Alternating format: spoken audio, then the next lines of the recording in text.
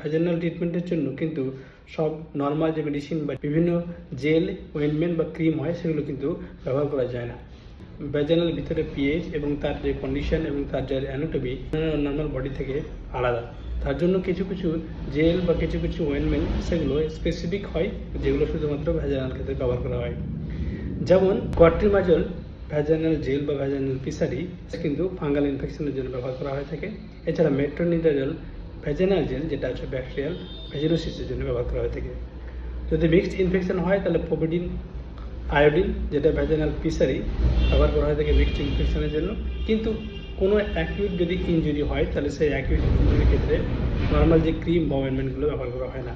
প্রথমত এক্সামিন করতে হবে যে ভিতরে কোনো কী কন্ডিশন রয়েছে বা কোনো টিআর রয়েছে কিনা, অন্য কোনো ইনজুরি রয়েছে কিনা। ট্রিটমেন্টটা কিন্তু তার উপরে ডিপেন্ড করেই হয়। আরও এই ধরনের গুরুত্বপূর্ণ ভিডিও পেতে আমার ফেসবুকটি ফলো করুন। ধন্যবাদ।